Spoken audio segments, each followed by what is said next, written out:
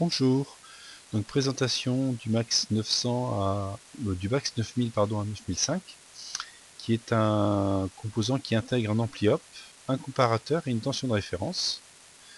On peut l'alimenter en 5 volts.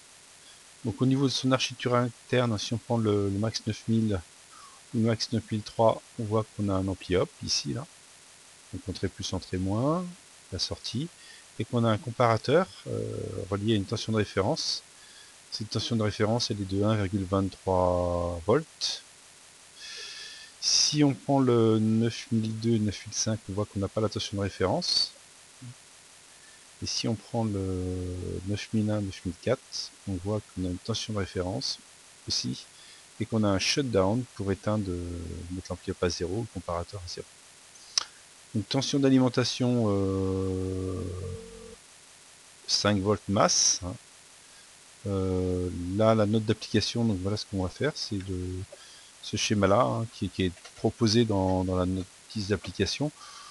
Donc on voit le Max 9003, on a une photodiode ici, une NEC PH302B, et puis une diode infrarouge NEC SE307C. Donc la LED infrarouge émet un rayonnement, hein, c'est des slabs de 100 kHz, 5 volts.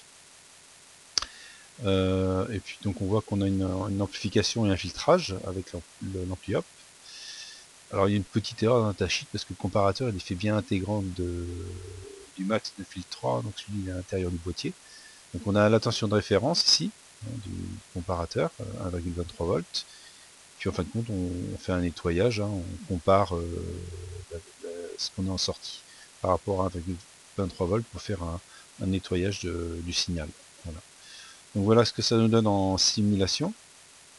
Donc là, peut-être regarder les particularités. Donc là, on voit qu'on a la pin cachée qui s'appelle PO, pardon, PO. Voilà. Donc ça, c'est ce qu'on récupère. Donc en fin de compte, ici, là, on génère une tension carrée, hein, 0,3 volts, 100 kHz. Et puis donc, pour transférer ça à la photodiode, on passe par l'information PO, hein, voilà, hein, parce que en fin de compte là l'information ici elle est récupérée par la pin cachée qui s'appelle PO. Voilà. Après donc on a un filtrage avec C1, C2, R2 et puis R1, R1B. Donc on voit que la photodiode est montée bien sûr à l'envers, hein, parce que c'est courant de cathode vers anode, hein, pour une photodiode. On a notre signal qui est filtré, amplifié, donc on a du 0,5 volts. C'est ce qu'on a sur la sortie de l'ampli op. Et puis après, en sortie de comparateur, on a notre signal entre 0,5 volts, bien propre, 100 kHz. Et puis j'ai mesuré aussi la tension de sortie, donc là on voit qu'on a 1,23, hein. Voilà, ici là, la tension 1,23 volts, c'est la tension de référence du comparateur. Alors qu'est-ce qui se passe si on met une autre fréquence? Par exemple, si on met hop, la fréquence de 100 kHz, on va mettre 10 kg, on va analyser un petit peu le montage, on va mettre 10 kHz. Là, on va changer les temps, donc on va mettre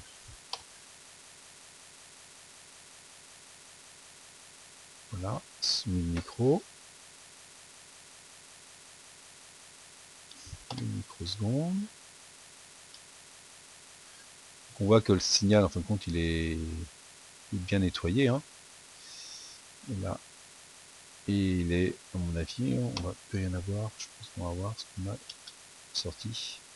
Vous voyez que le signal il est complètement dénaturé, hein. On n'a plus notre signal d'entrée, hein. Le signal d'entrée c'est celui-ci, hein, à 10 kHz, et on voit que le signal il est complètement dénaturé.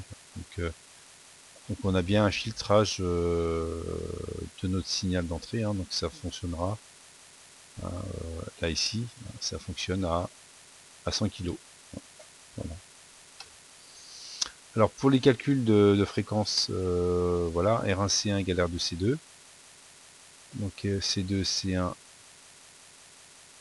R1, leur R2 elle n'est pas marquée, si elle est là, la R2 100K, R2 C2, R1 C1, voilà, ça donne la fréquence de coupure sur 2pi FC, voilà. Donc voilà comment on peut utiliser ce composant. Hein,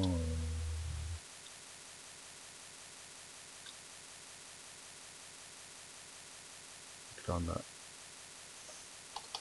son micro, ce composant qui est composé d'un ampli op qui permet de filtrer, faire un filtrage ou une amplification, et puis d'une tension de référence qui permet de, donc, dans un seul même composant, de réaliser toute la fonction amplification, filtrage et comparaison pour faire du nettoyage de signal. Voilà pour ce max, donc là c'est le max 9003 qui est utilisé. Bonne fin de journée, au revoir.